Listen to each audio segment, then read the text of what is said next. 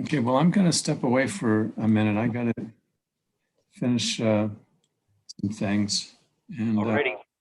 I'll be back. I'll see you folks in a little bit. Yep.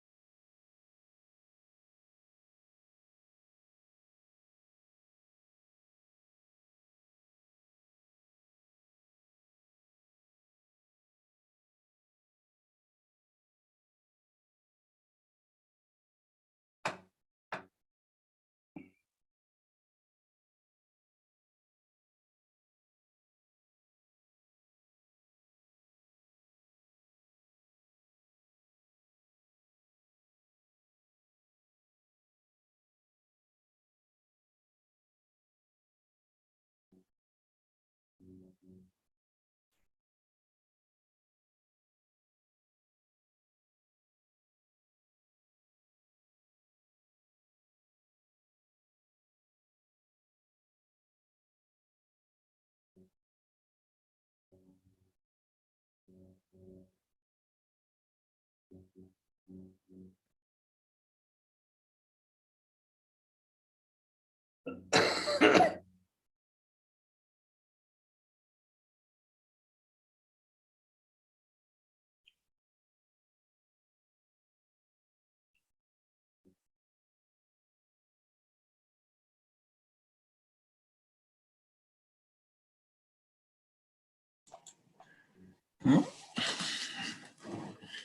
you ready for another day, David? Yes, sir. I am. Okay, let's see what we got.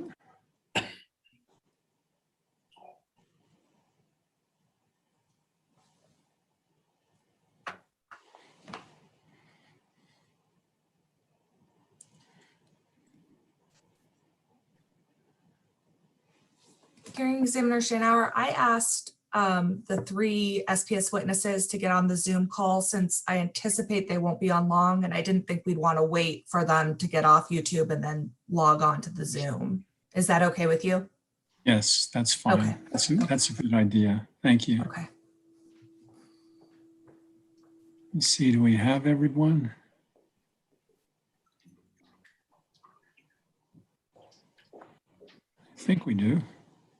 Yes, Mr. Hearing Examiner, this is Brad Borman. I'm the guy that was originally supposed to do this hearing, but got double booked yesterday, and I am now available to appear on behalf of staff. Yeah, you're not going 24 hours a day now, Brad? Oh, no, I've cut it down to 27.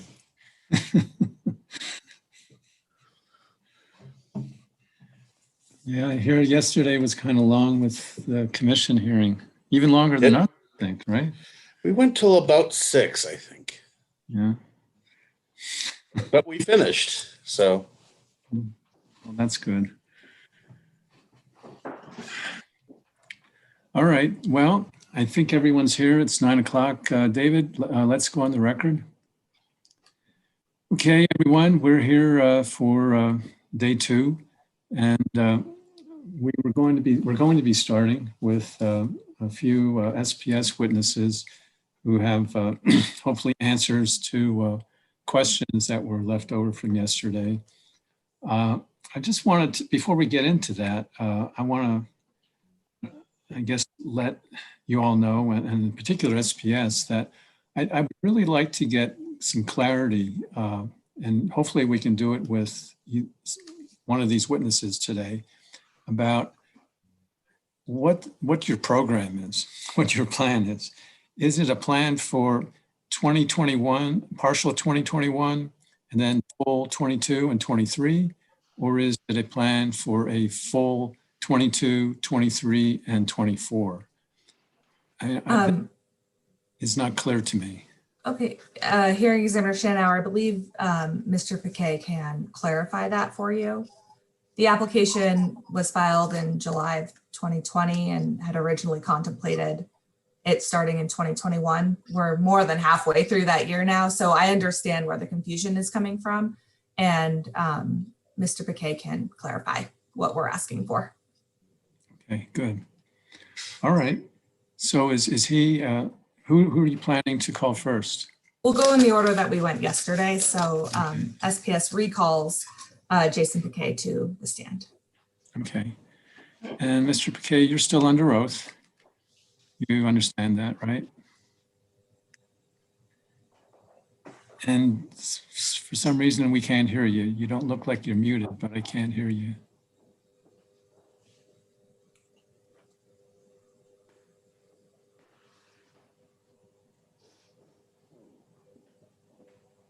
Still can't hear you.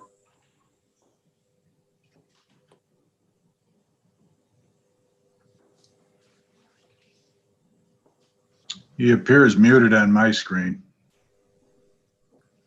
He just muted himself. Let's see if he can fix it.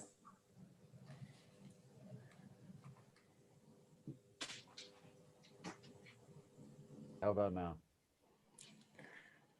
Yeah, you're quiet, but we can hear you. Yeah, I'll try to speak loudly then. Hopefully it'll work okay. Okay. David, can you hear him?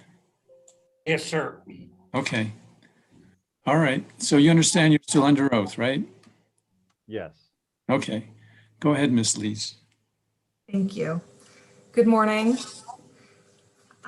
Yesterday, the hearing examiner asked you what the mileage life of electric vehicles is. Do you have an answer to that question today? I do, yes.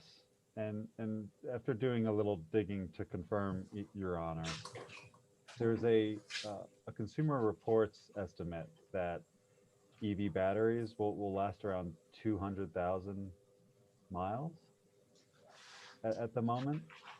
However, yesterday we were also talking about some reports that automakers are continually trying to extend that range.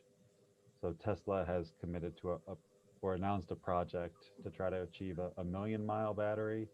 I've discovered that GM has also made a similar announcement that they apparently think that they're close to achieving a 1 million-mile battery. And there's also some anecdotal evidence from a company in California that has some Teslas in its fleet, and it runs shuttle services, within and between a few California cities, and those vehicles drive a lot month to month, and some of those have already achieved 500,000 miles already without changing the battery.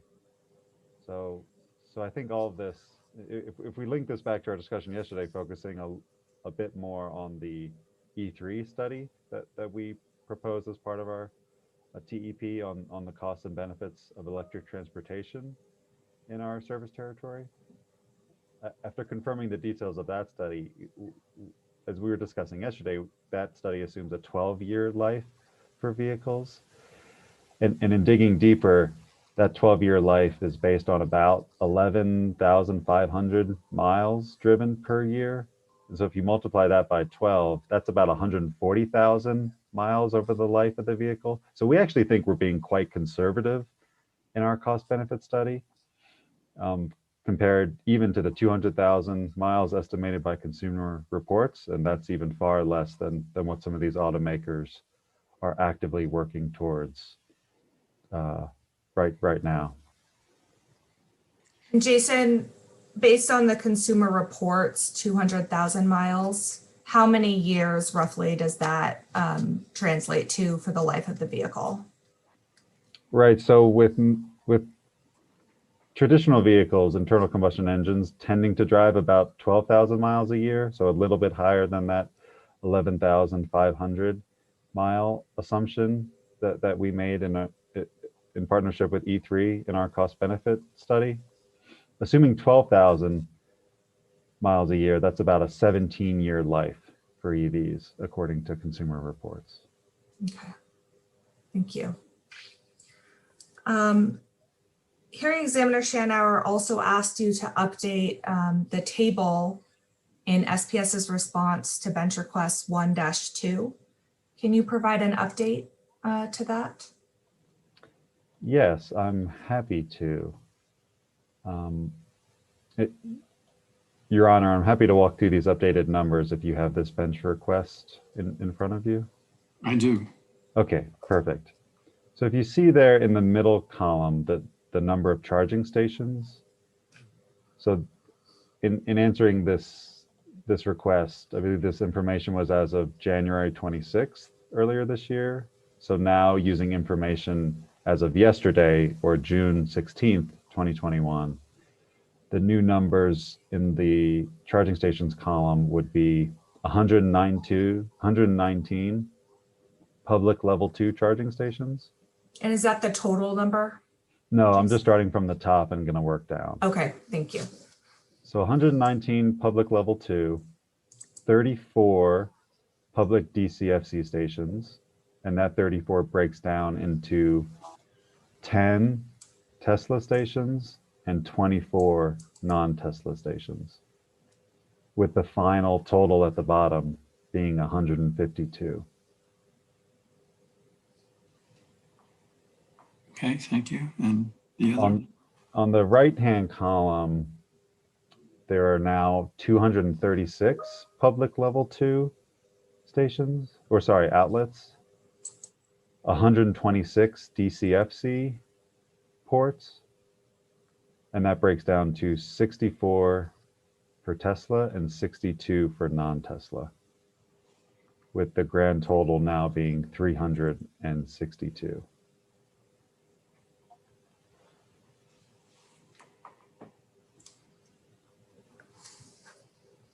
Thank you.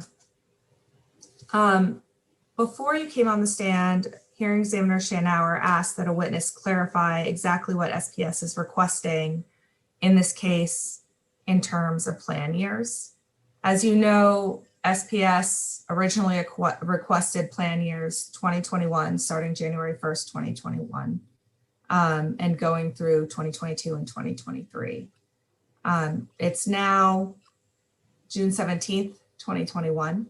Can you clarify for the record what SPS would like its plan years to look like, given that we are in the middle of 2021?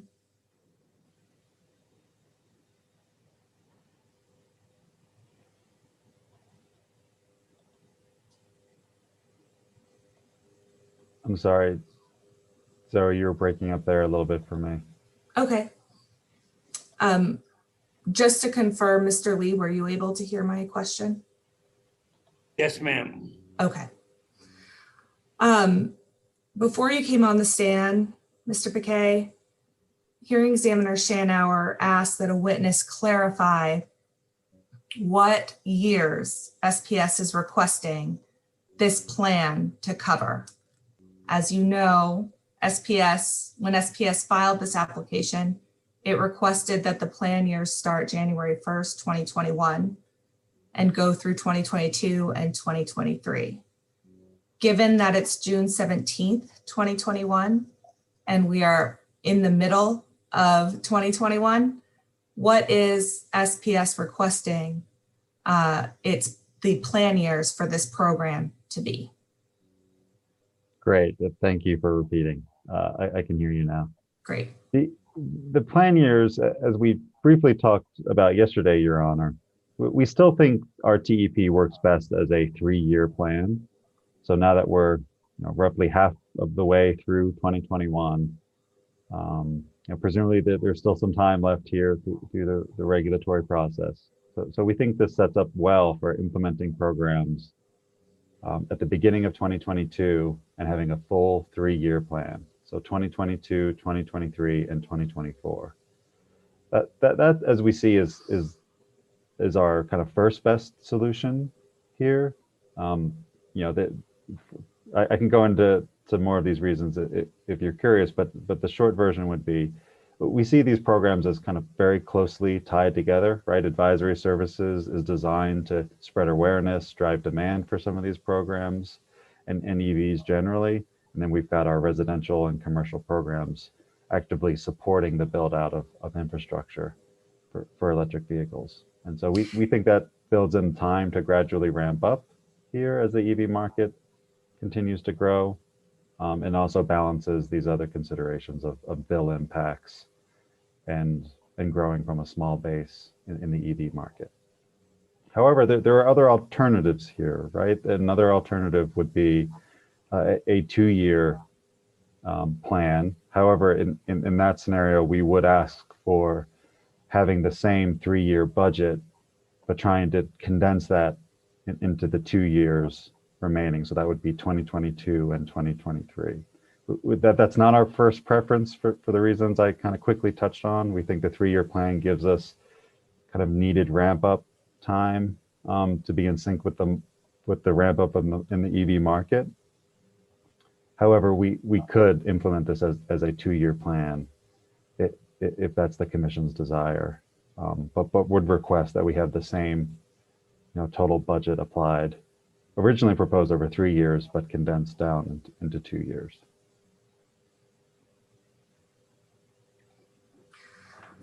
Those are all the clarifying questions that I have, Your Honor. If you have any more questions, I pass the witness. Yeah, I do. The, the idea about making it a 3-year plan and having the 3 years be 22, 23, and 24 seems simplest in a number of ways.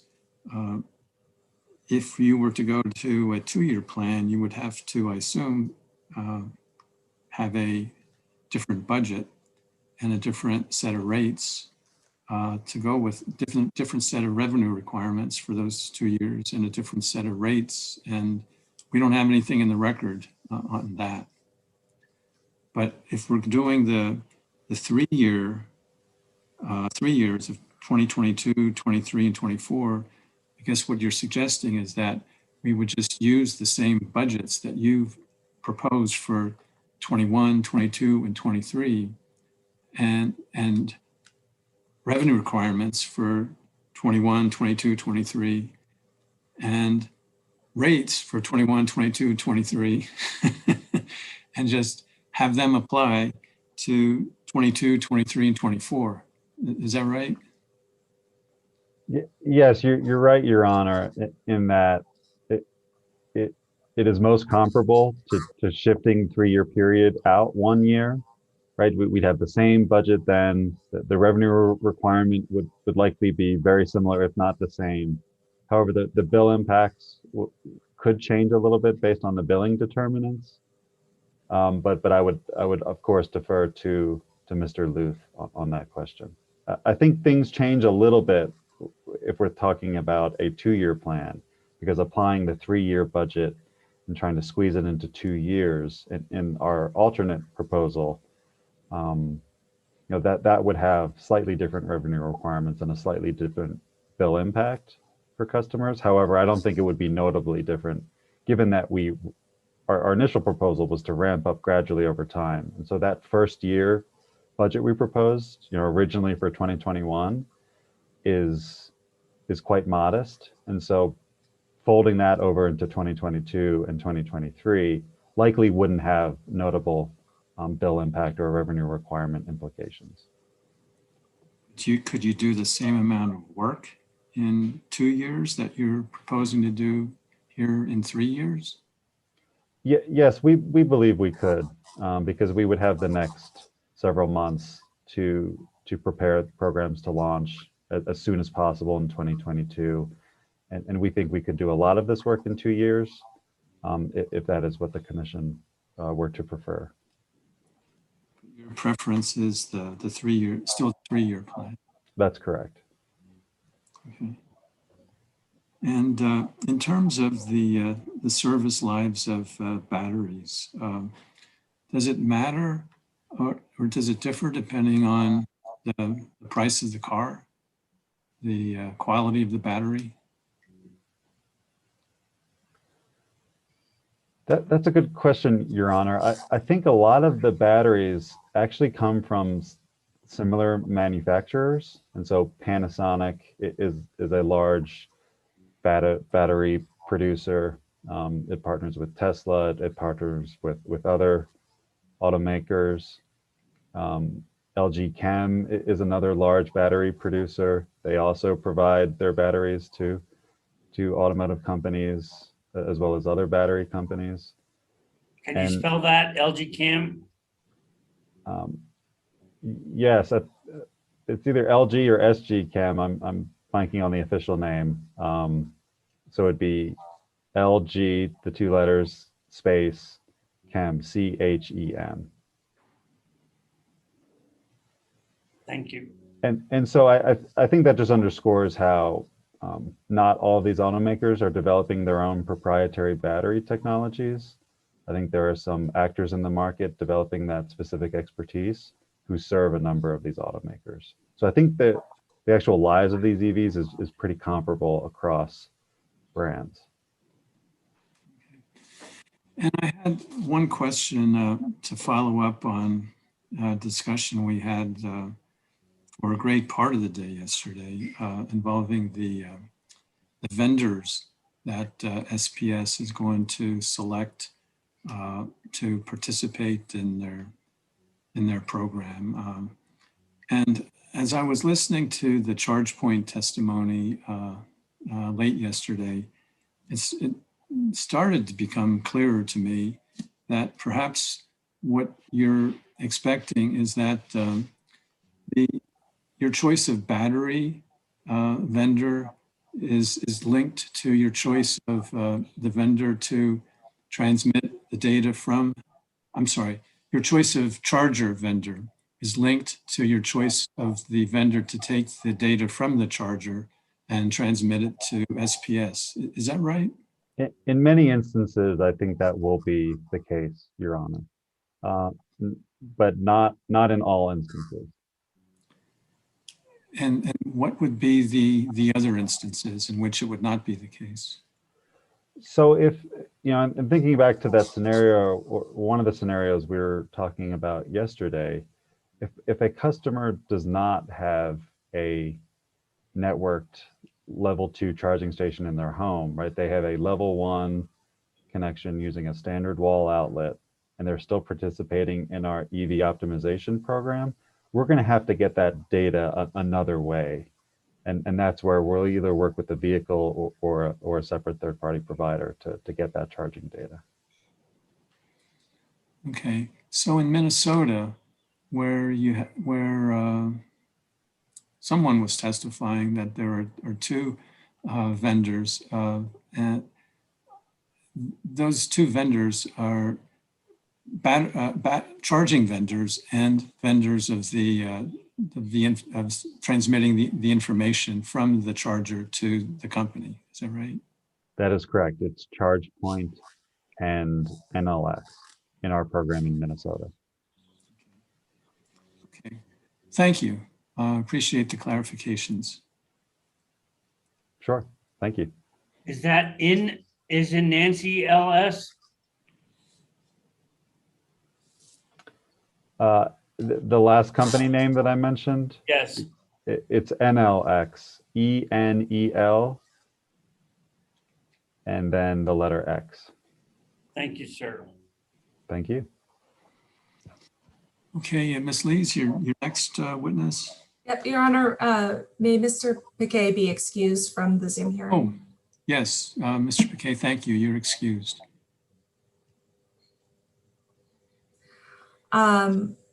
SBS recalls Ms. Ruth Stockia to the stand.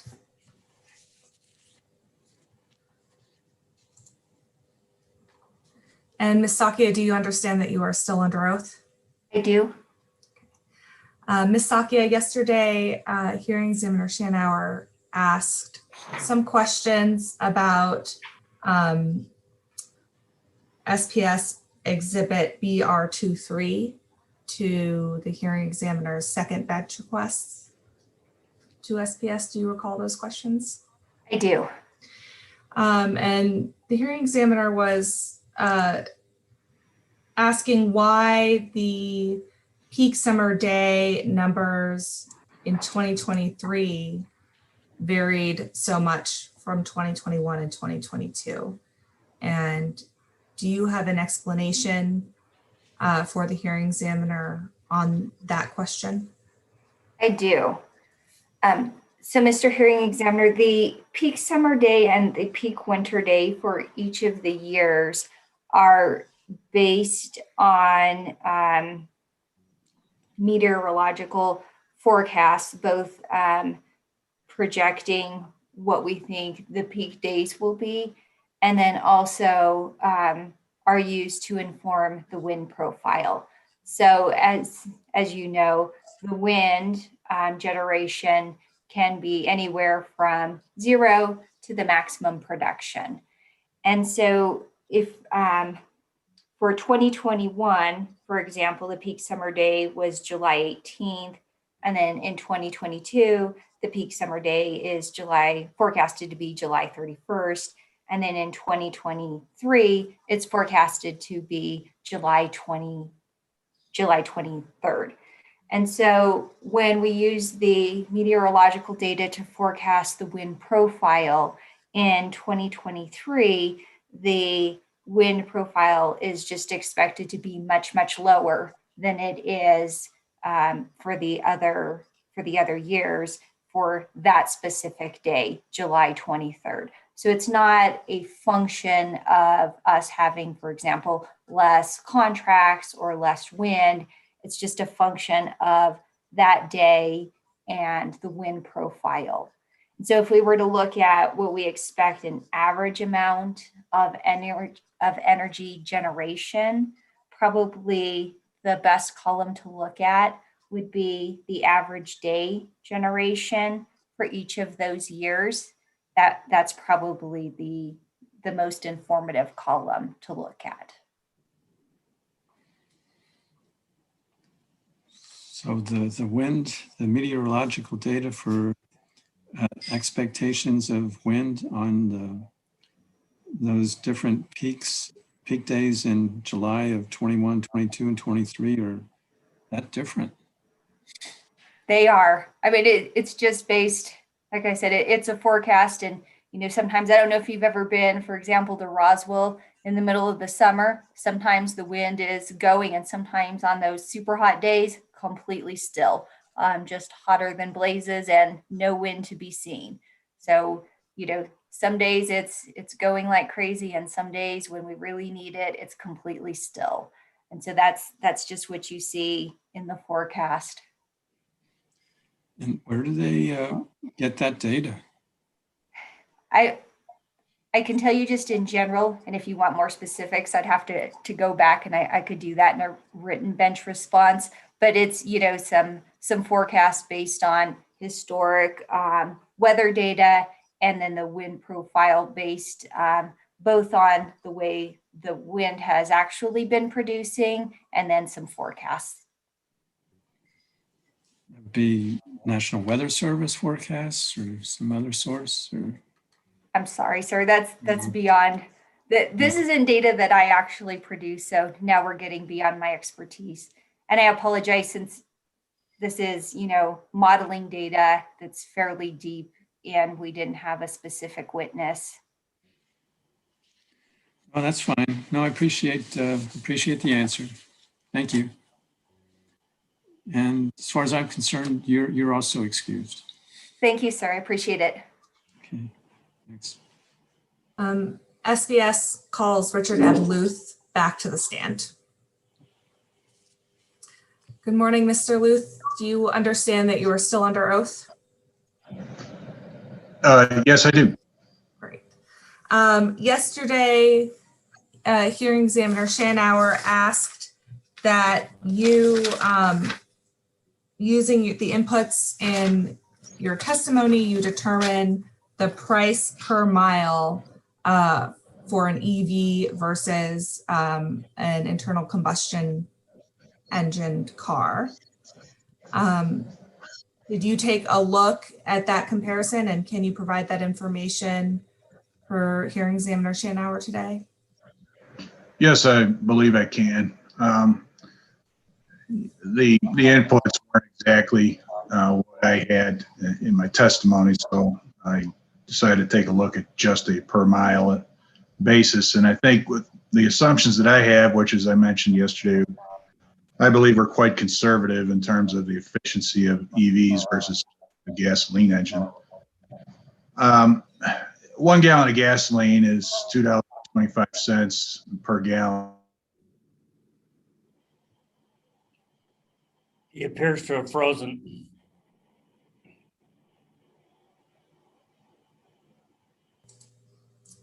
Poor Mr. Luth, he has the worst luck in this hearing. I will give him a call on his cell phone to let him know that he's frozen. Mr. Lee, what was the last thing he said? I was trying to make a note of how many cents? Cents? Something per gallon. Did you hear his? Yes, I did. 225. Thank you.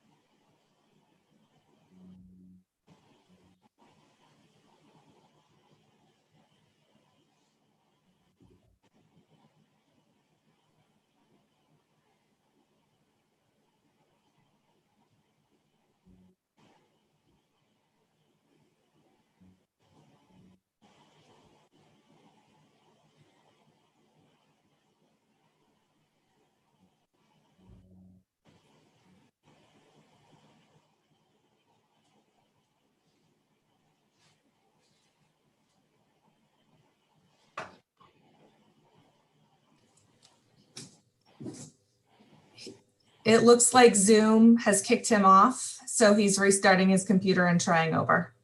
I've gone off the record, Judge. Okay, Yes. That's fine. okay. Should I remove him from this call then?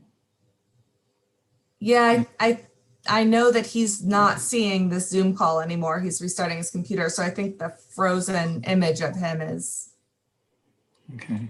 I don't know why it's there, a function of Zoom, I guess.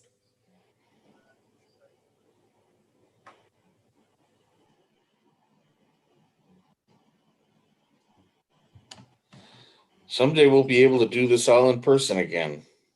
I can't wait.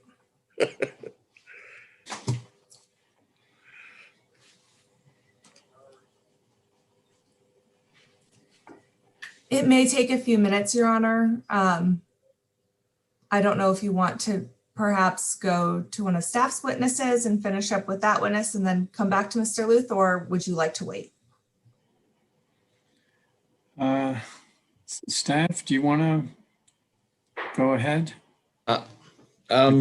If Milo is prepared to go on, I can call Milo as a witness. Right now, I don't know what questions parties have for him, but we can put him on while we wait for Mr. Luth.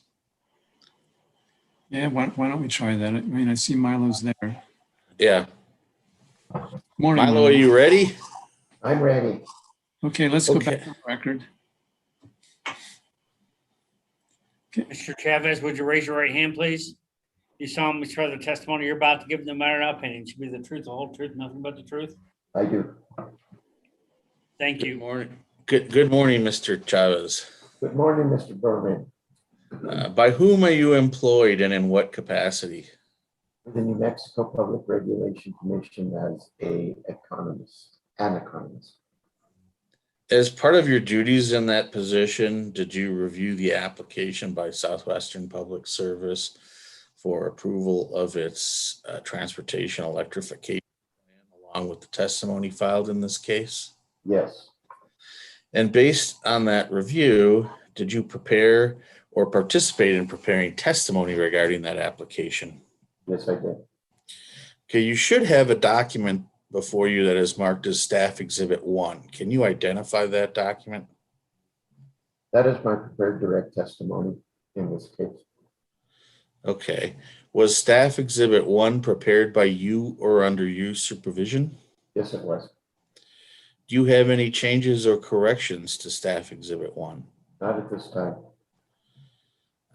If I asked you today the same questions as are set forth in Staff Exhibit 1, would your answers be the same?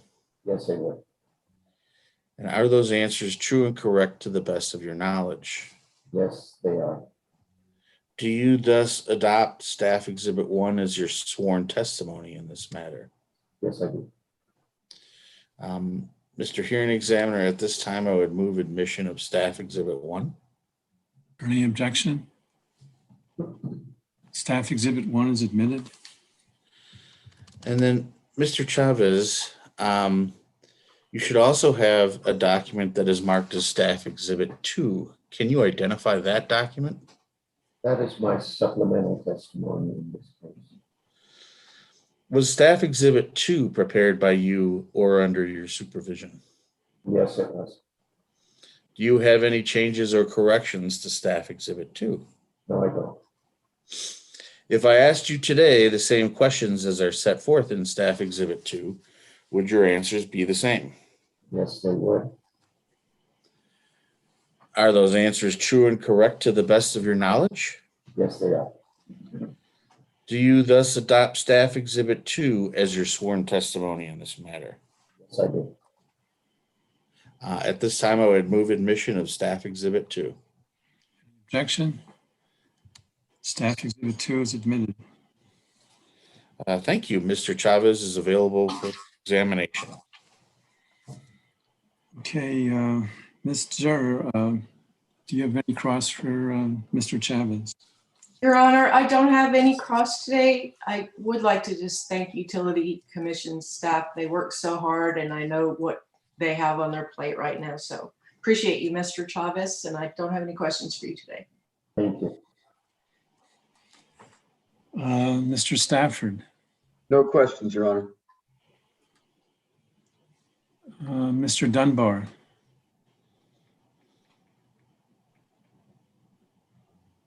Mr. Dunbar,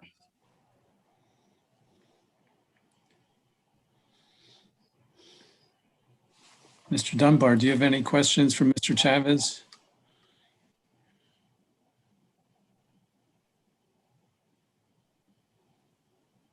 I apologize, I do not. Mr. McMath, No questions, Your Honor. Thank you.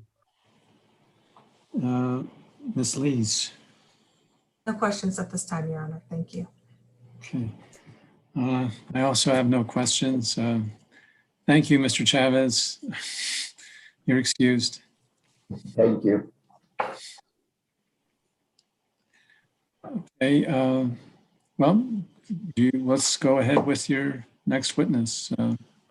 Okay, at this time, staff would call Gabriella Dashino. I know that she's been watching but didn't log in, so I'm hoping she can log in really quickly. I don't see her trying yet, but oh, there she is. You got her? All right.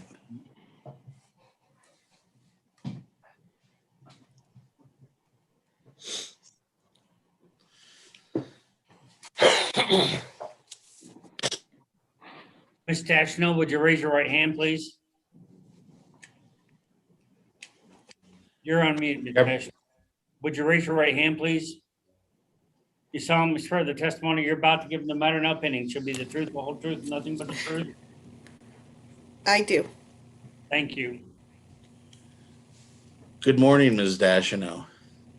Good morning. I'm trying to shut off my YouTube. Sorry about that. Okay, Okay. I'm ready. All right.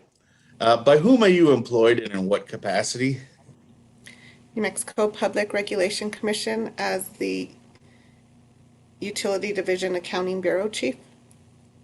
As part of your duties in that position, did you review the application by Southwestern Public Service Company for approval of its transportation electrification plan, along with the testimony filed in this case? Yes, I did. Based upon that review, did you prepare or participate in preparing testimony regarding that application? Yes, I did. I've set before you a document marked as Staff Exhibit 3. Can you identify that document? Yes, that is my prepared direct testimony. And was Staff Exhibit 3 prepared by you or under your supervision? Yes, it was. Do you have any changes or corrections to Staff Exhibit 3? No, I do not. Okay, if I asked you the same questions today as are set forth in Staff Exhibit 3, would your answers be the same? Yes, they would. Are those answers true and correct to the best of your knowledge? Yes, they are. And do you thus adopt Staff Exhibit 3 as your sworn testimony in this matter? Yes, I do. Thank you. At this time, I move admission of Staff Exhibit 3. Any objection? Staff Exhibit 3 is admitted. And Ms. Dashino, do you also have Staff Exhibit 4? Yes, I do. Can you identify that document? Yes, that's the errata to my testimony. And what does that errata consist of? It is my regulatory asset calculation, and that is GSD 1 exhibit. And these, Mexico this PRC is, staff regulatory asset, GSD 2, I'm sorry. and this is an exhibit that is intended to be included with Staff Exhibit 3, your direct testimony? That is correct. Okay. Do you have any changes or corrections to Staff Exhibit 4? I do not. Okay. Is the information contained in Staff Exhibit 4 true and correct to the best of your knowledge? Yes, it is. Do you adopt Staff Exhibit 4 as your sworn testimony in this matter? Yes, I do. Thank you. At this time, I move admission of Exhibit 4. Any objection? Okay, staff exhibit 4 is admitted. And at this time, Ms. Dashino is available for cross-examination. Okay, well, let's try again here. Ms. Sir, do you have any cross? Your Honor, I don't have any costs for this witness, but I would like to thank staff for their hard work in this case and just in general acknowledging you guys have a lot on your hands and really appreciate it. Okay. Mr. Stafford? No questions, Your Honor. Mr. Dunbar? No questions. Thank you. Mr. McMath? No questions, Your Honor. Thank you.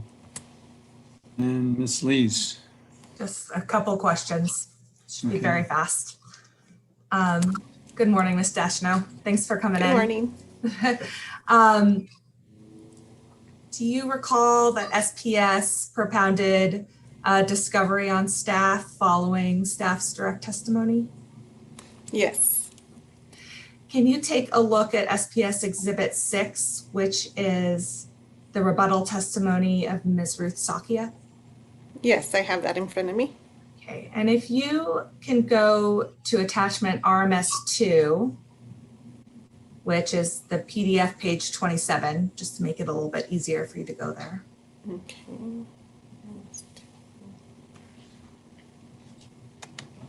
Okay, and you have the response Correct. for staff 1, 2. Okay.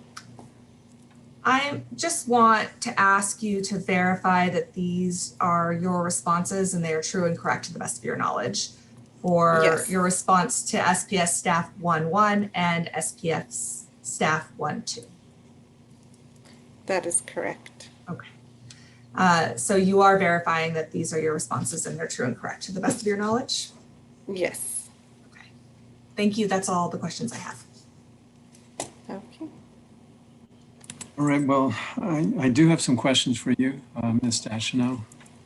Okay. I guess the first question is, do you have any familiarity with the manner in which P&M and EPE recovery of their costs for their transportation electrification plans? Yes.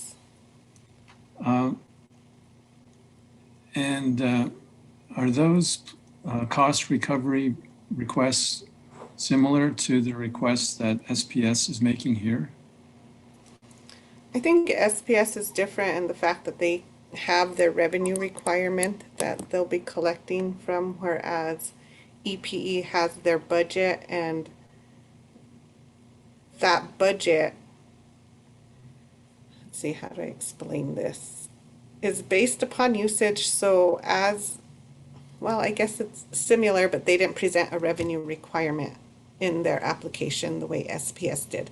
So I'm assuming that as EPE gets customers participating in their plan, then those customers are going to be charged through their rider. And if you're asking about the rate design, all their customers will be charged that rider. Well, I'm also asking about this idea of regulatory assets. Right. Let's start with EPE. Is EPE requesting cost recovery through a regulatory asset that will be amortized over a number of years? Or is No. EPE, okay, is EPE collecting, recovering its costs on an annual basis based upon how much it's spent? Yes, they will be doing that. In the previous year or in the upcoming year? The previous year, I believe. And then they will, like I said, it's as the participants come into their programs. So I believe they're gonna charge as they begin to participate. And then, so we won't know the true cost until the year is up. And it'll be trued up to their budget. I believe that's how it's gonna work. And what about P&M? P&M, I'm not that familiar with. I just know that they did not request a regulatory asset for their rebates. I'm not quite sure how they're going to collect their costs.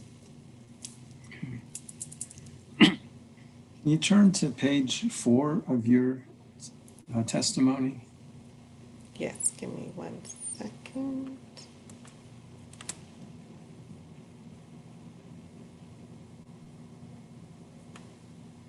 Okay, I am there. Okay. So on lines 19 and 20, you're proposing that SPS be approved for a pilot program for 2 years, 2021 and 2022. Given that we're already halfway through 2021, does that change the years that you're talking about? I believe it does, based on the time frame of this hearing and where we're at now. I feel it should be 2022 and 2023. Okay. And then you're also recommending that the commission approve as you were saying in your testimony, the revenue requirement for 2021. Would that be that revenue requirement for 2021? Would that be the revenue requirement that the commission would be approving for 2022? I see it that way, being that this plan or program hasn't been implemented. The budget would be affixed to 2022 rather than 2021, which we're halfway through. Okay. And then on lines 22 and 23, you say staff believes that the commission should have a year of data to evaluate the TEP in order to determine its reasonableness and prudence. How would that be done? Can you describe how that would be done? I actually think SPS proposed this in their application as part of their evaluator costs. I believe they had costs in there for an evaluator for each year to evaluate the plan and report back to the commission the success, the needs, and anything else that the evaluator has determined that SPS needs to continue with its TEP plan or adjust it in ways necessary for the company. Well, if there's a 2-year plan and you're looking at reviewing a year of data,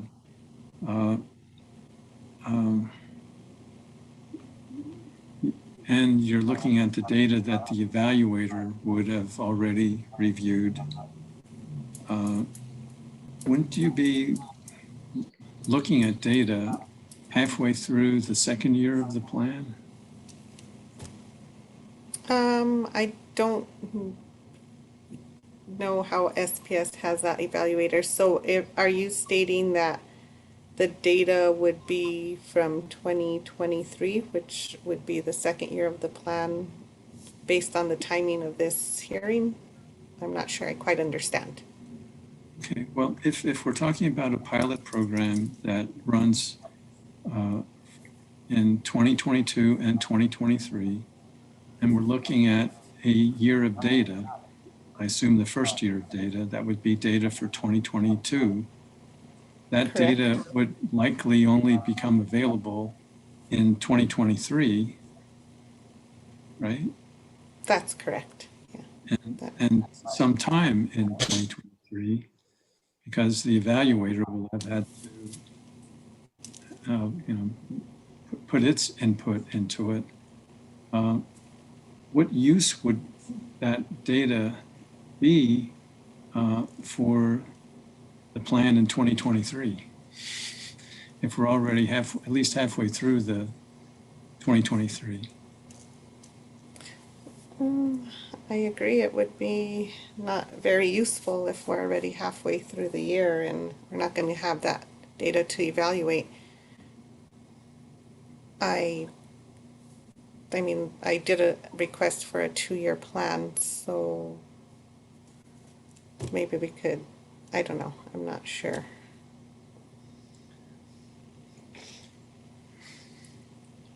If the evaluator may, I mean, I think it's a good idea for SPS to have that evaluator because it provides more information to the commission, but if we're not gonna have that information till the end of 2023, then I don't think that cost should be for both years. Well, let me ask you a slightly different question, I guess. You're saying that you'd like to evaluate the TEP to determine its reasonableness and prudence. Are you asking about cost recovery there, whether the costs that they incurred are reasonable and prudent, and whether they should be recovered? No, actually, when I made that statement, I guess I wasn't quite understanding the way that SPS had their revenue requirement set up, where I believe Art Friedis testified that that money is not charged to the customers until the actual costs are capitalized, and I believe that's what he stated. So I don't think there's an issue with prudence. But I do believe the success of the plan should still be evaluated after a year in one shape or form, whether they send just their budget and budget recovery and rebates, how many participants there were, just that type of information, which I believe SPS had said they would do on October 1st in their initial application. Yeah, as I understood Mr. Friedis' testimony, he said that he would, SPS would be proposing, I guess its forecast of costs for the upcoming year in October of the previous year. So in October of 2021, SPS would be forecasting its costs for 2022. And I asked him whether there would be any opportunity for commission review of those costs. Do you think there should be an opportunity for commission review of the SPS's costs of these programs at any time beyond what we're doing here? I believe so. I believe it should be up to the commission to decide if after a year they want to see these utilities back in to see the successes of their TEP plans. I believe if we approve a budget and how do I say this? If you approve a budget for these companies and you want to know the success of that budget, then I believe the commission should have the authority to request that. I don't know if you have to have it in hearing as such or just require some type of documentation be submitted in the docket. I think there's different options for doing that. Do you have a recommendation about how it should be done? Well, if they're going to do the October 1st annual true-up or proposed costs for the next year, I think in 2021 they're going to propose 2022 costs in October. So in October of 2022, they should be able to provide the costs that have the usage of the TEP plan at that point. So they would have usage from, let's say, January through September, I would presume. That would be the data that they would have if this plan was implemented in 2022. And I believe they should just file that with the commission. And I know they asked for some budget flexibility in their programs. And in my mind, I feel that something like that should come before the commission. Like if they're going to exceed their budget in any way, shape, or form.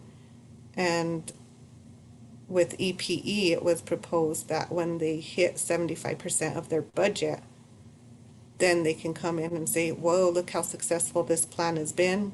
We're going to need more money. And I would prefer that over budget flexibility only because I'd like to see the two programs stand alone, especially the way they do it in their revenue requirement, where they're just combining the cost to collect. And I'm not sure how they would transfer those costs from their budget, how they determine where to pull O&M from a residential, or where to pull capital costs from, you know, how are they gonna make those determinations? And I just feel it leaves less transparency between the programs. Well, let me ask you a slightly different, I guess, focus of what we've been talking about. Do you believe that there should be a review of the reasonableness of and prudence of costs that the company incurs beyond the approval that we give of these budgets? Yes, I believe there should be. How would that be done? When would that be done?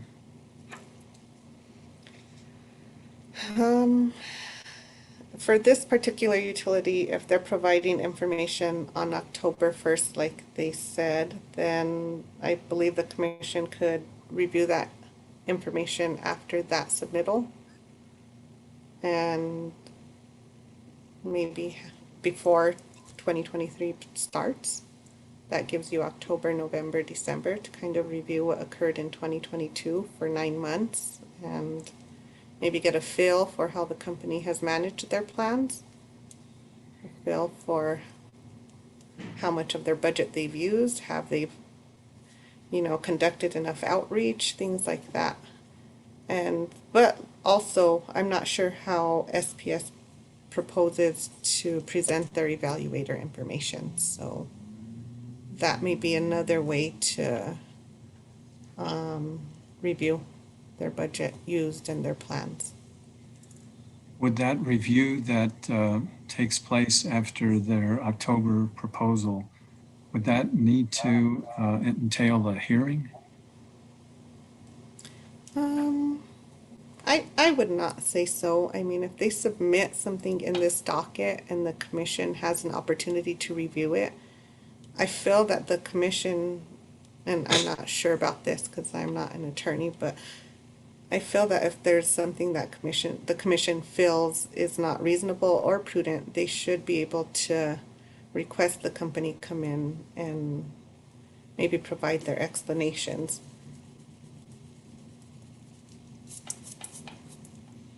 Well, I assume you're familiar with how the commission often handles those kinds of filings, which as I know, is that they often refer to you folks for your opinion on whether any further proceedings are required. Is that your understanding? Right. Well, like I said, definitely for budget flexibility, I mean, I feel that SPS should come to the commission. Now, for presenting third-party evaluations, well, then I'm assuming that staff would review these evaluations, and if there was something that came up that wasn't right, or that maybe we want to recommend that SPS should be proposing more budget, then that's something that we would present to the commission. Is that how you would recommend the commission handle the October projections, the forecasts that SPS presents each year of its upcoming costs? I think it would be best to handle it that way, yes. Maybe putting more workload on staff, but I think in that aspect, I mean, this is so brand new. We should have a process to where we're evaluating these plans before we put them in front of the commission like we're doing so now. Well, in October, they would be coming in with their forecast of costs for the next year. And then later, they would be coming back to the commission with a description of what they actually did spend And do you think there should be a review at that time, or just an opportunity for review? I think at the end of in October 2023, there should be a review. That's after the 2 years of plan. Would that make sense? A review by the commission, whereas in October 2022, that would just be staff, reviewing, determining if SPS exceeded or didn't reach their budget allowance. Okay.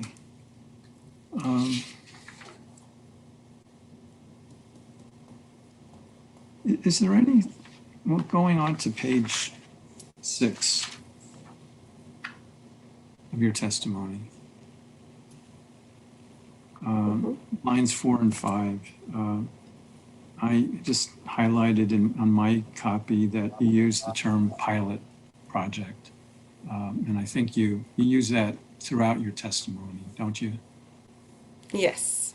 What significance is there to the term pilot? Why do you describe it as a pilot project instead of just a 2-year plan? Just because they're novel and they're going to be collecting these costs, like I said, becoming more familiar with the way SPS is going to charge the customers. In my mind, I thought they were just going to upfront charge these customers, just that EV rider. But apparently it's more, they're going to put it into they're going to capitalize it as it gets used. So I understand where they're saying it's a program, but for me, a pilot was, let's try out these first 2 years and see the success rate of it, without saying, let's implement this for the duration of, I think somebody mentioned the 10 years of the useful life of the equipment. I'm not sure which witness that was. And I think that's what I was trying to allude to by saying pilot. And additionally, I know the statute recommends they come in every 2 years with the filing. And I know we recommended rulemaking for TEPs, so I feel there's still a lot that could be done with this transportation electrification plan and EV statute. So that was my recommendation for a pilot. That is why I recommended a pilot.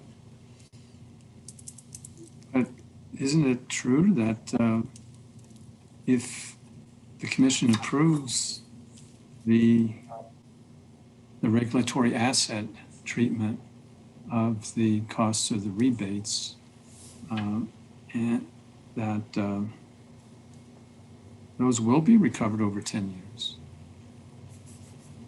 Yes, that is true. And that's what you're recommending, I think, right? I had recommended a percentage of the rebates be approved, which were tied to the actual chargers that would have been purchased. So I saw that as capital, but I don't think I recommended the wiring and the premise wiring or the O&M costs. I basically just took the charging equipment, and I did a 3-year amortization actually rather than a 10-year.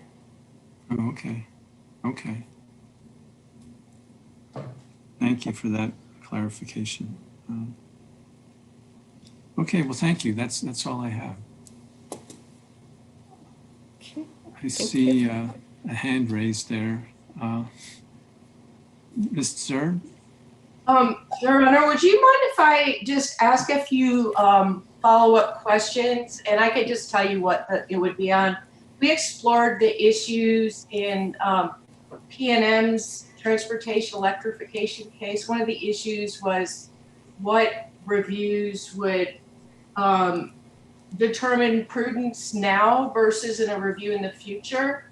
For example, if the commission determined that the $2,500 rebates for residential programs should be approved, is that 2,500 number subject to further review as to whether that is appropriate or not, versus just determining if the $2,500 was actually spent appropriately, versus maybe, using the money towards an unauthorized charge or something like that. So I think it's important to also go over what in the statute 68212B5, it says that the commission shall consider whether the investments, incentives, programs, and expenditures are reasonable and prudent as determined by the commission. So I think it would just be helpful to kind of explore with this witness what determinations would be made here versus what would be reserved for the second review she's talking about, if there is one. Well, yeah, I mean, you reserved some time to question this witness. I did, but I didn't bring this up until you started asking these questions. It's not exactly covered in her testimony, but anyway, it's whatever your honor wishes, however your honor wishes for me to proceed. I'll let you go ahead. Okay, thank you very much. Ms. Dashno, do you recall in the P&M hearing when we were having conversations about what prudence reviews would be made as part of the commission's approval in this case versus in a additional review process after the money is spent and programs are starting to be implemented? Unfortunately, I did not participate in that case. Okay, do you have any opinion about whether any of the determinations the commissions will make in this case will be prudence determinations?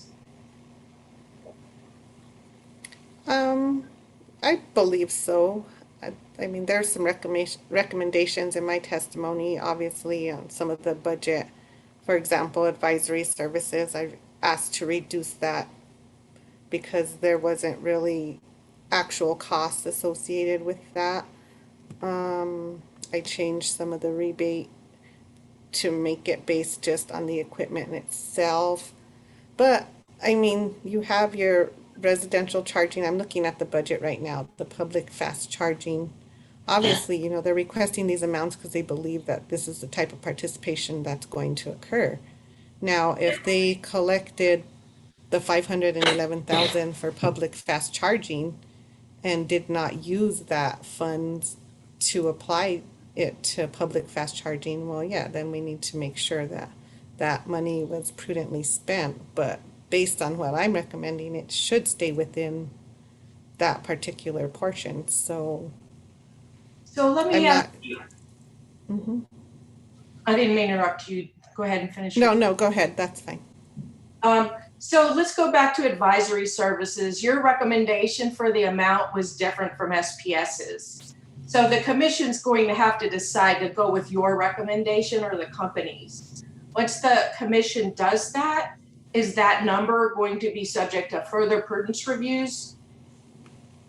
I believe so. I mean, when it's presenting their plan for a year of use, I mean, we're going to want to know what advisory services were used, not just, okay, it cost us $50,000 to have advisory services. Well, you say you're going to use social media. Are you going to use, radio time? How do those costs tie into this $50,000? So go ahead. So it sounds like you're saying that whether they carried out and implemented the program appropriately would be subject to review. But just back to my question, what about just the number the commission decides upon? Whether the commission decides to accept your recommendation or the company's?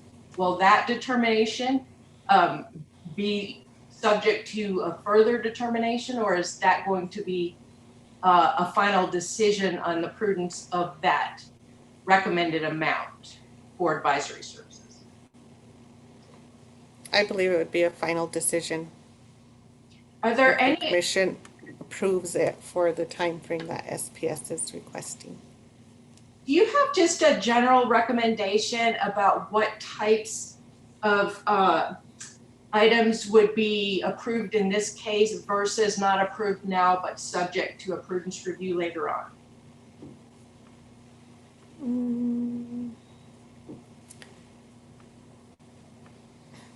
My recommendation, for instance, for the rebates, or my recommendation of, let me go back to my testimony real quick so I can point you there. I think on page 7, lines 21 and 23 of my direct testimony, I have SPS requests EV charging equipment for home use to be included in rate base and earn a return. The same equipment is included in the EV charging rider, and I recommend removing it.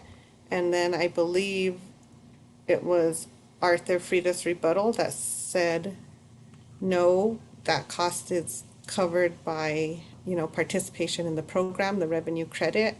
But if I go look at the revenue credit, it's $1,440, which is much less than, and I don't know what that ties to. I'm thinking it's a $12 rider, but costs like that, how as commission approves these costs, they should be evaluated to ensure that what has been said is occurring is occurring. I mean, that's my only thing. No, or costs of chargers. How many low-income customers, are using chargers from SPS? Did they collect that money prudently? Did they collect it and nobody used it? Which I don't believe would occur based on their plan to collect their money, but I mean, those are all things that could be reviewed, that should be reviewed, so we get a better understanding about successfulness of these plans. So is it fair, and you could tell me, I'm not trying to put words in your mouth, but it sounds to me like you're generally saying that the review is going to be to see if SPS prudently carried out the plan that the commission approved, not whether the parameters like amount of rebates are prudent. Correct. Okay, thank you so much, Ms. Deschanel. That's all my questions. Thank you, Okay. Mr. Hearing Examiner. I may have a few follow-up questions as well, Mr. Hearing Examiner, Okay. but I can wait until after you've asked any questions. Well, I'm just trying to organize this. Mr. Borman needs an opportunity for redirect, and probably makes sense for him to do that after parties who have questions for Ms. Deschanel have asked them. I don't have any questions right now, so Ms. Lees, if you have any questions, you could go ahead now in advance of Mr. Borman. Thank you. I just have a couple of follow-up questions for you, Ms. Deschanel, based on your discussion with the hearing examiner and Ms. Zohr. You're aware, correct, that under SPS's proposal, the commission will have 2 opportunities a year to review. The first being October 1st, when SPS does a filing of estimated costs, and the second in April, when SPS reports its actual costs. Okay, yes. I was Okay. aware of October 1st. I wasn't the April. Okay. Now, will the April report date include that evaluator information if SPS is approved to have that evaluator? I can't answer any questions on the stand, Ms. Oh, I'm sorry. Deschanel. I'm sorry. I'm not a witness in this case. I know, And I'm I would sorry. refer you back to what SPS's plan says. Okay. And just to be clear, if SPS in those filings shows that its actual costs were within the budget and used in accordance to the prudence findings in these cases, you're not suggesting to do another retroactive prudence review on costs that SPS spent based on approved budgets. Correct. I mean, if Okay. the commission's going to approve your budget, then they've approved it. So the type is review those budgets to see the successes of the TEP plan.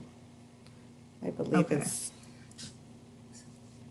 And can I clarify, staff is just looking for an opportunity for staff and the commission to look at what SPS has been doing over the course of a year and how those programs are being utilized based on its spend and its actual costs.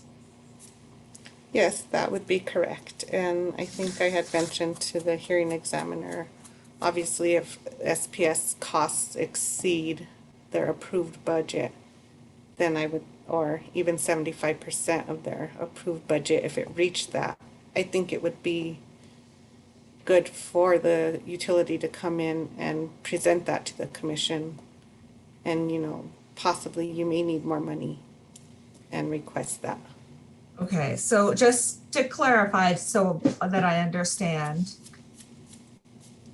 you are not recommending that the commission do a retroactive prudence review on SPS's actual costs if they are based on the budget.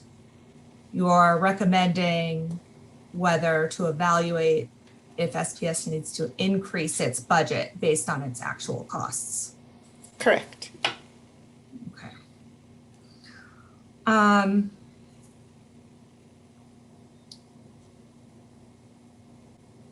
And it's correct that SPS is not proposing a 10-year plan, correct? SPS is proposing a 3-year plan. Correct. And do you understand that SPS is proposing to depreciate capital costs, in this case, over their useful lives? Yes. And that useful life is 10 years? I agree with that, yes. Okay. And do you agree that depreciating the capital costs over a 10-year period spreads the cost recovery for that capital over 10 years? Yes. Okay. And that amortizing capital costs, in this case over a 3-year period, does not match the useful life, correct? I do agree with that after Okay. reviewing Mr. And- Frida's rebuttal. Okay, and in fact, amortizing those capital costs over 3 years will increase costs to customers during those 3 years? As I understand, yes, it will increase them in O&M, but also And not may I just- completely. May I clarify? It'll increase the capital costs that for customers if you take a 10-year life of an asset and recover it over 3 years? That's correct. Okay. So, And Ms. Dashino, I had told your attorney that I was going to ask questions on SPS Exhibit 6 so that you had a copy of it in front of you. I now want to have you look at SPS Exhibit, excuse me, I need a number here. You know, Mr. Hearing Examiner, I guess I'm starting to get a little bit worked up about kind of how we're proceeding here. I mean, the parties have had chances to ask their questions, and Ms. Lees has had a chance to ask questions already, and now she's going back to ask more questions. And I guess I'm just trying to figure out if we're going to get to an end here. I only have a couple more questions, Your Honor, and we proceeded in this manner yesterday that parties could ask follow-up questions after you had asked questions. I of haven't asked any witnesses. questions. I was saying the hearing examiner allowed parties to ask follow-up questions after he had asked questions, which are what my follow-up questions are based on. I'm not sure that they are, but I'm going to allow the hearing examiner to guide us. Yeah, what questions are you planning to ask? I was just going to ask her to look at SPS Exhibit 3 page excuse me, let me find it, 43, which provides a breakdown of the advisory service budget, and to ask if that is acceptable detail for Ms. Dashino. Okay, go ahead. Okay. So Ms. Dashino, can you please turn to SBS Exhibit 3, and you might need a minute. I understand that I didn't give your attorney a warning I that I have was it going to in ask front you. of me. Okay. Yeah, And I page have it in front of 43, me. and that's 43 on the PDF Right. page itself. Okay.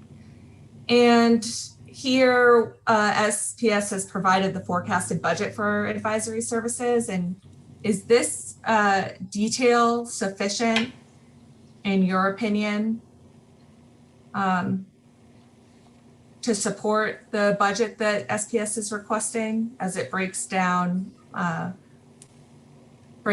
by what those dollars will be specifically used for? Okay, I do see that. I don't see outreach and residential, though. I mean, I see advertising, event sponsorship, outreach. Okay. I see how you broke it out, yes. And advertisory digital tool. That cost is confirmed. Event asset and collateral, those costs are confirmed. Event sponsoring and staffing, well, they're forecasted. That's what you assume you're going to spend on doing this. Consulting and suitability assessments, community plans. I said that's a fair assessment. That wasn't there in my original, when I filed my original testimony. Okay. And this is acceptable to you now? I would still say, initially, I would stick with my $50,000 recommendation. I mean, these costs are just forecasts, so there's no guarantee you're going to spend $100,000 on all this. I mean, I don't know if you can point me to any more details concerning these costs other than this table. And just again, all the budgets that SPS has requested approval for, we can't tell you right now whether we actually spend that or not, correct, Ms. Dashino? That's correct. And that's why SPS has proposed the April 1st filing to report actual costs, correct? That's correct. And as I also said, if SPS does exceed their budget costs by 75%, I don't have an issue with them coming in to ask the commission for more money. So I would stand by my recommendation of just allowing the 50,000. Okay, no further questions. Okay, Mr. Borman. I don't have any redirect. Okay. All right. Well, thank you, Ms. Dashino. Appreciate your testimony. You're excused. Thank you. Thank you. Okay, Mr. Borman, I assume that's it? You don't have any other testimony, any other witnesses? That is correct, Mr. Hearing Examiner. Those were our two witnesses. Okay. Well, then, I guess the next thing we need to do is talk about what comes next. Your Honor. Were we planning to bring back Mr. Luth? Oh, yes, I'm sorry. Yeah, Mr. Luth. Let me call him because he's not on the Zoom yet. So. Okay.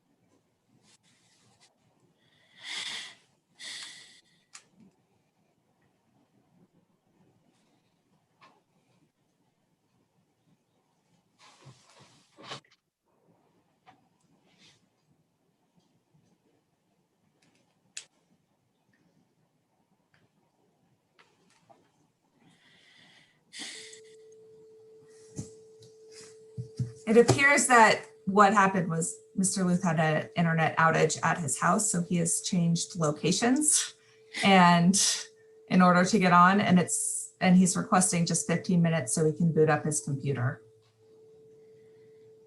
Okay, well, let's do that. But in the interim, let's talk about what will happen after this hearing is finished.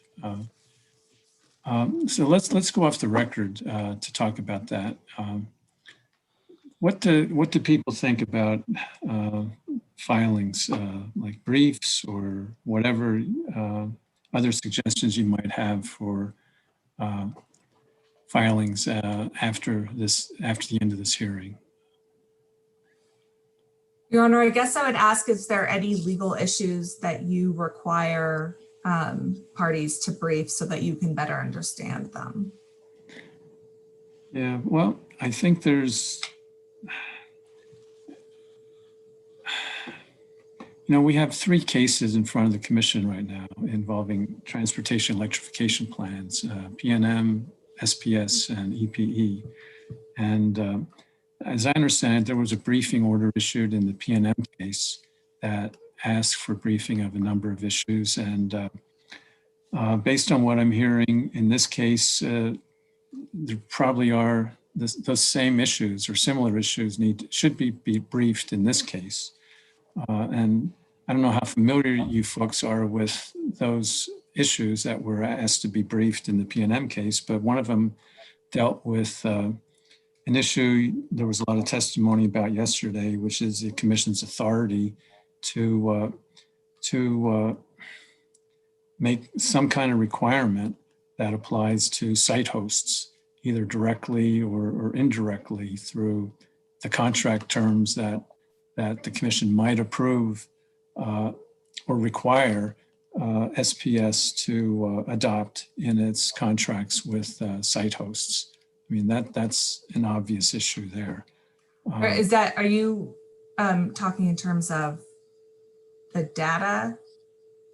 I'm sorry, I'm a little bit unclear and I haven't seen that briefing order, so maybe I should pull it up. No, the site hosts. You're talking about passing through time variant rates. Okay. Requiring site hosts to pass time variant rates through to their customers. Okay, sorry, I was not following you. Now I am. Is that something that the commission has the authority to do? Let me see. I have the order.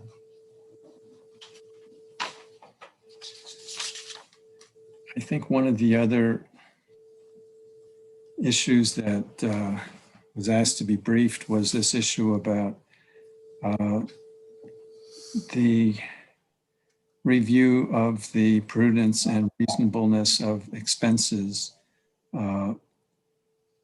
beyond the approval of the budget that might take place in this case.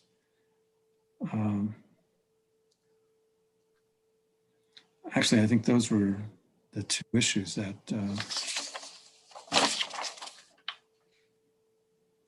yeah, I guess one of the other issues deal with the recommendations about payment methods at these site host locations, whether credit card readers need to be required.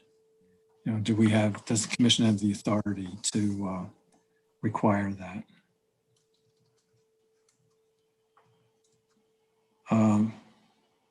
So yeah, I mean, I think at a minimum, we probably need briefs on those issues. The issues, I guess, that are going to be common to all 3 of these cases. And can I just clarify, hearing examiner, that the second issue that you wanted brief on is whether the commission can review the reasonable and prudence of costs that exceed the approved budget? Okay, I mean, there's the issue of any costs that are incurred. I mean, number one, are they in conformance with the budget? And I guess that's the issue. Are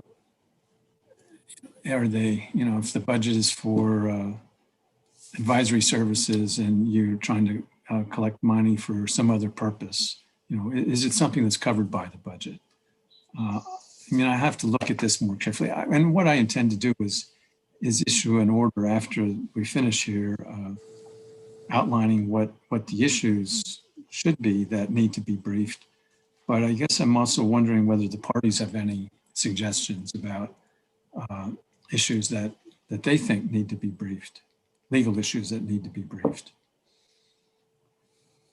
I'm identifying those issues because they have been identified in the P&M case. And they seem to be issues that are pertinent in this case, but there may be more based upon what you all, on the testimony you've provided. I think Mr. Chavez had some testimony about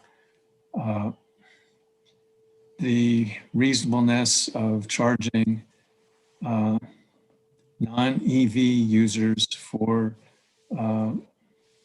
the EV programs, whether that's something that's allowed under the Public Utility Act, under the unreasonable discrimination provisions of the Public Utility Act.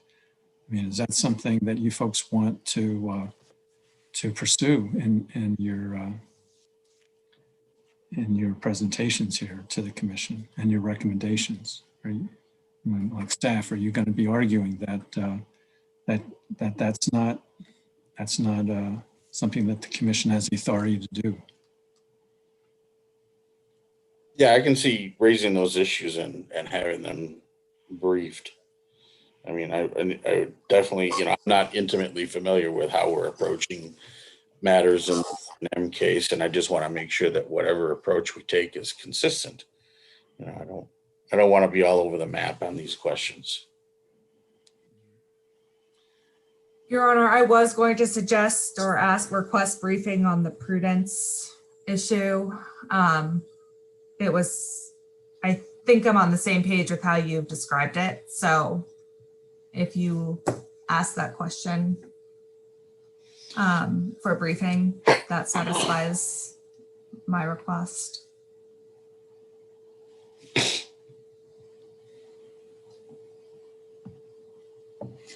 Yeah, I'm aware that everyone's busy.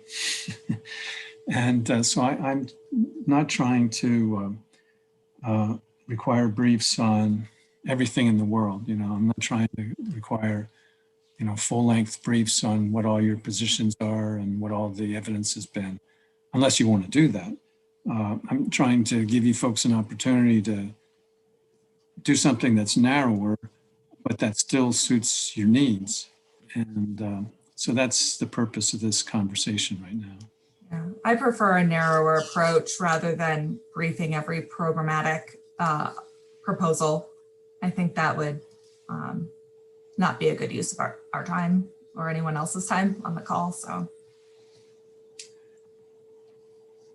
and just if I may ask a question, Mr. Hearing Examiner, I think you said this, but to confirm, we would still have the option to make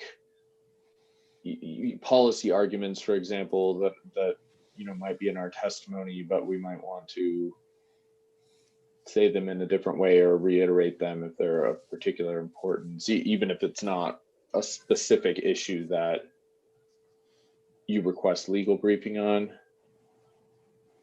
I guess, for example, on the time-varying price issue, we have legal opinions on that, and we also have policy opinions on that. And I just want to make sure it would be acceptable to explain those policy opinions as well in a brief. I guess what I have in mind is that. What I have in mind is some minimum requirements for these initial briefs. And if people want to go beyond that, they're free to do that. Okay.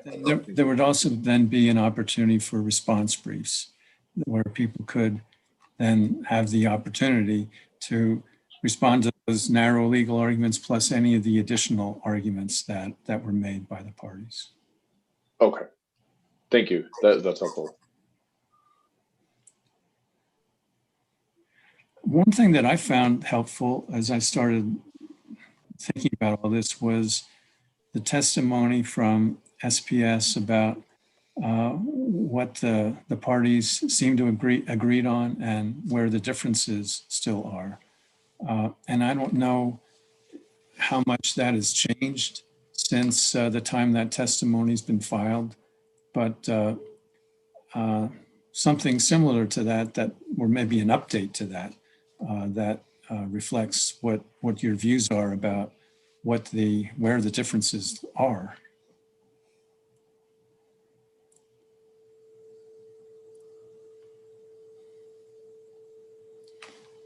Are you contemplating, and I'm asking this just to make it as easy for you, hearing examiner Shanauer, as possible, but Ms. Sakia in her rebuttal testimony had an attachment 1 that identified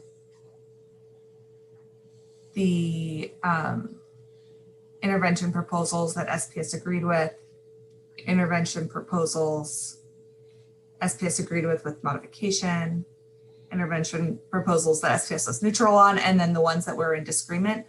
Are you requesting that we update this table if there's been any changes? I mean, that would be a simple way to do it.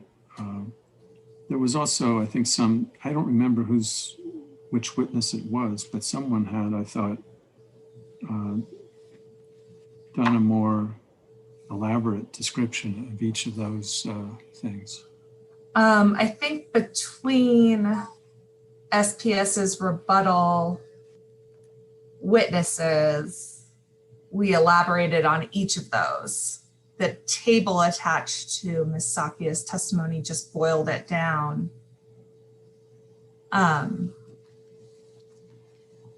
to show you which ones we're in agreement with, and et cetera. And then the testimony itself discussed each proposal individually. That would be very helpful to me. Okay, so the just updating that table. I mean, among other things, but yeah, I mean, that would be one way to address it. And then I suppose parties could respond to that if they disagree with your characterization of where the differences lie. And would SPS have an opportunity to reply to those responses if there's disagreement we didn't otherwise know from this hearing? I don't think you want 3 rounds here of briefs, though, do you? Yeah, my concern is that someone says, well, no, actually, we don't agree with this anymore. Do you know what I mean? And it wasn't brought up in this hearing. And then we don't have an opportunity to address that. If you want to do that, I mean, I'll allow you to do that. We could also file something if we are going to waive reply. We could file something alerting you that will waive that reply. Or if you want to consult with the other parties in advance of filing your list of things that you agree and disagree on, that would probably be the most efficient way to do it. Okay.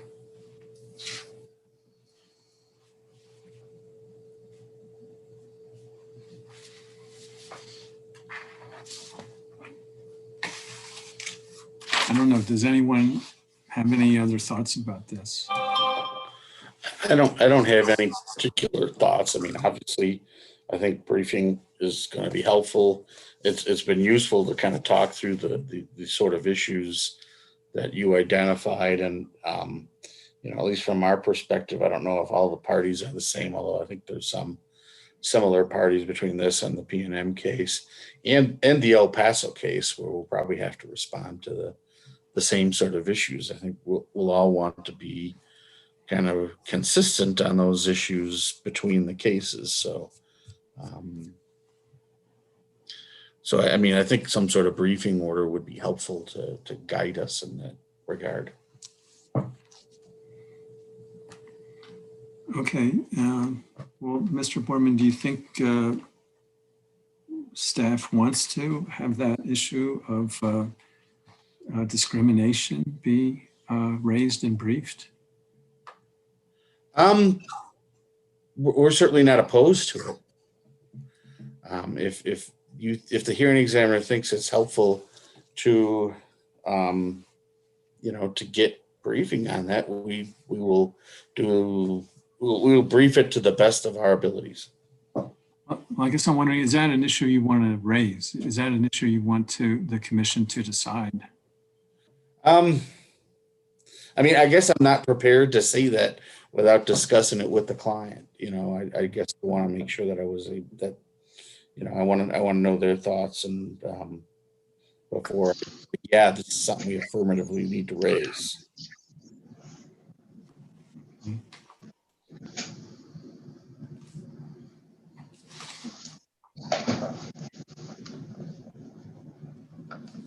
Well, I suppose what we could do is,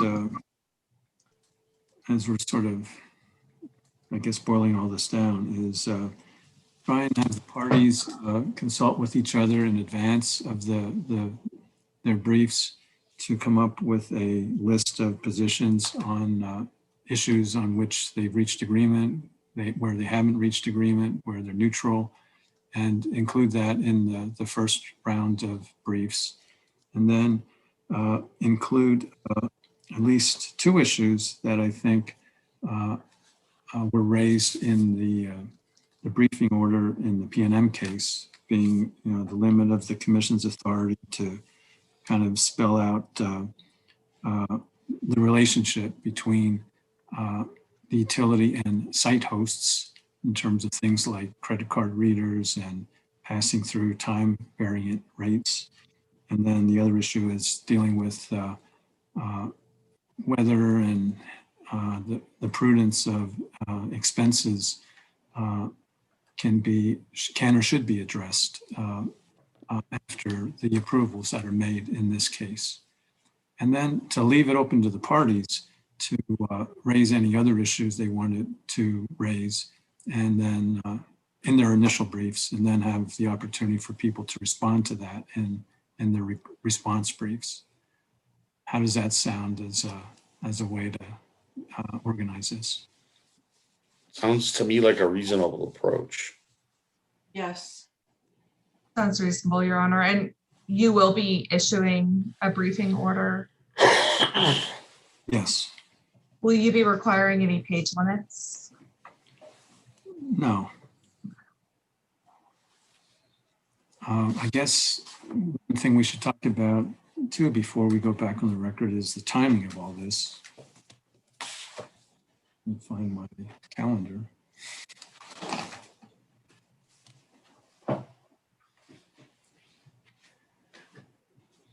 What do you all propose in terms of timing? Your Honor, I just need a minute. I had closed all the applications down on my computer except for Zoom. So I'm opening up Outlook calendar now. Nobody uses these things anymore? No. I have a whiteboard here that has everything on it. It's full. But if we're asking when it's convenient to write a brief, I'd probably say December. But obviously, we want to get this case done sooner.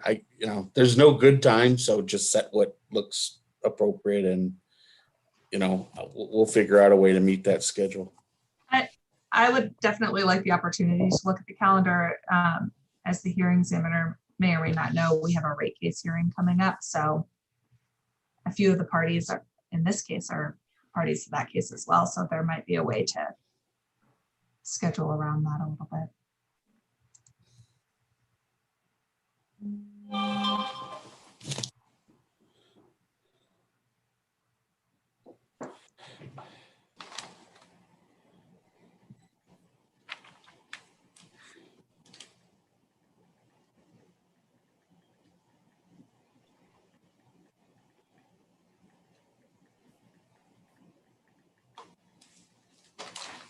Your Honor, I think if you wanted to make initial briefs due in 2 weeks?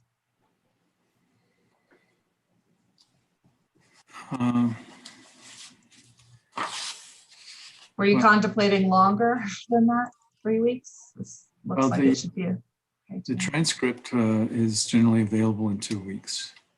Do you? We have requested an expedited transcript. Oh, you have? Okay. And has Mr. Lee agreed to that? I believe he has. We emailed about this last week. Okay. But I'll let him speak for himself. Yes, Your Honor, we have. Okay. All right.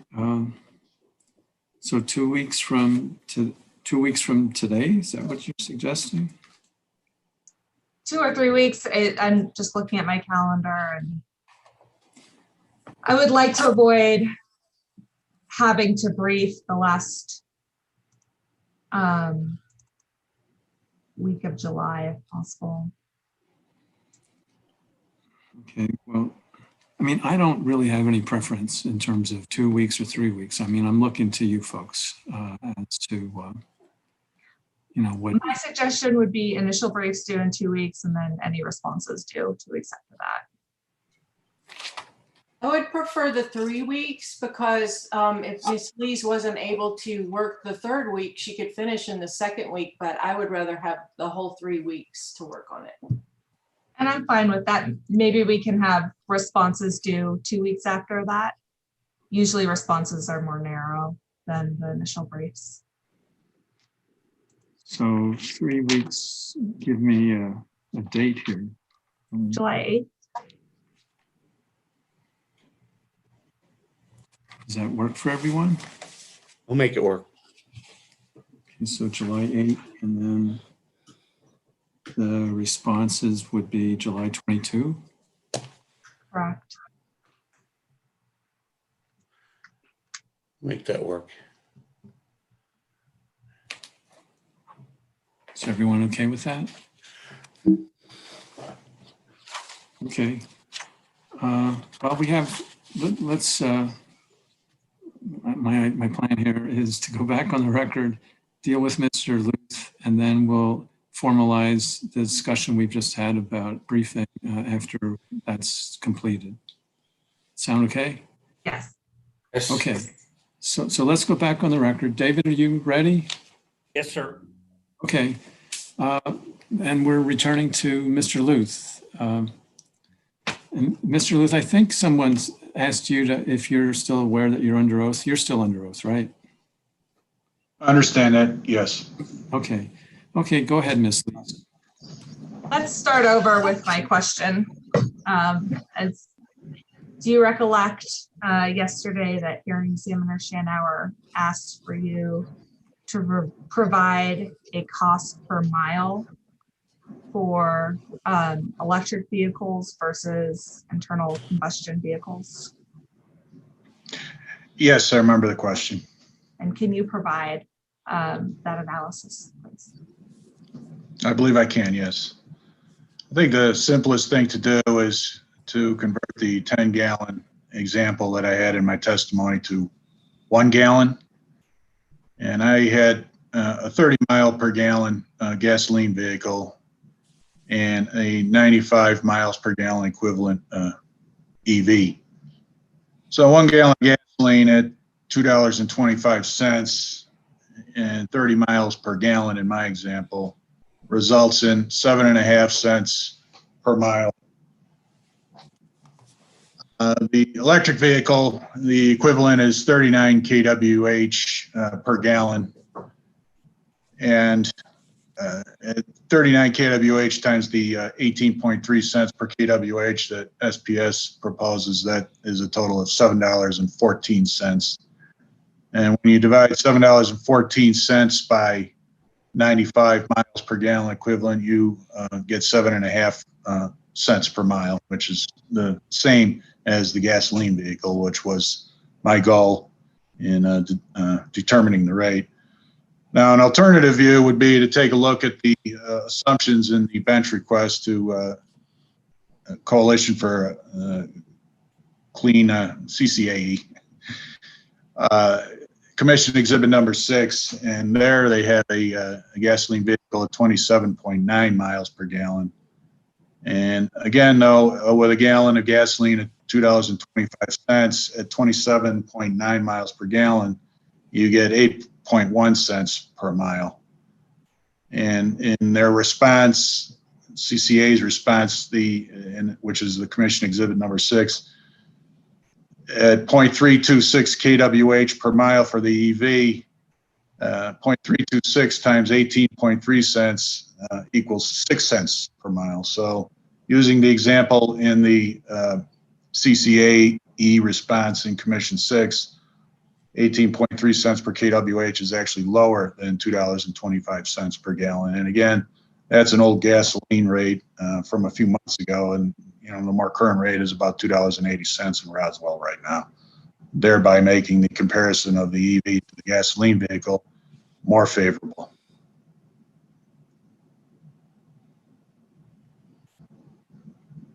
So the second set of numbers was from using the assumptions in the CCAE response to the bench request that's in Commission Exhibit 6, right? Yes, sir, except for the $2.25 per gallon. And that's consistent with the amount in my example. And the 6 cents, the 6 cents per, the 6 cents per mile that you calculated was for the EV? Yes. And the 8 cents per mile was for the gasoline engine? Yes, 8.1 cents, yes. All right. Thank you. I don't know, Ms. Sir, did you want to ask anything about that? Since No, that was, thank you for the opportunity, but I'm good. okay. All right, did any other party have any questions about that? No, sir. Okay, I don't have anything further either. Ms. Lees, did you have anything further? Nothing further, Your Honor. Okay, thank you, Mr. Luth. Thanks for driving around. Once again, apologies for the delay. They are strange times, as you noted yesterday. Yeah, they are. Okay, well, thank you. You're excused. Thank you. Okay. Okay, so let's now talk about what happens next. While we were off the record, I had a discussion with the parties about briefing and a briefing schedule. And what we agreed on was the following, that I would issue a briefing order. I will issue a briefing order that has a number of requirements that will be dealt with in initial briefs and response briefs. The initial briefs will be due July 8. The response briefs will be due July 22. The initial briefs will include potentially 3 things. The first thing, it would be an update to the list of issues attached to Ms. Sakia's rebuttal testimony. That list includes issues on which the parties agree, which the parties disagree, and I believe issues in which some parties may be neutral. And the requirement will be that the parties consult on developing a list to include in those initial briefs that reflects what their agreement on what the agreements and disagreements are at this point in time. The second thing that those briefs will include will be responses to issues that I include in the briefing order. And we talked about at least 2 of those issues, which would be the limits of the Commission's authority to dictate terms of the agreements that SPS will enter into with site hosts on issues like payment methods, credit card readers, things like that, and the rates that the site hosts will charge to their customers. The third thing that will be included in the briefs potentially is any other issues that the parties would like to raise. And so those will, parties will identify those and deal with those in those initial briefs. And then others will have the opportunity to respond to those additional issues in the response briefs that are due on July 22. Did I describe what we talked about accurately? Believe so. Okay. All right. Well, is there anything else we need to talk about before we conclude the hearing? Just to confirm, you're going to issue a briefing order that will have this, and we could refer to that for the specificity of what you're asking. There will be a Yes. briefing order? Okay, thank you. Yes, I intend to do that. Anything else? Nothing from SPS, Your Honor. Not from staff. Okay, well, thank you, everyone. We got this done in less than 3 days. And so I think we're all happy with that. So we're finished, we're adjourned, we're off the record. Thank you, David.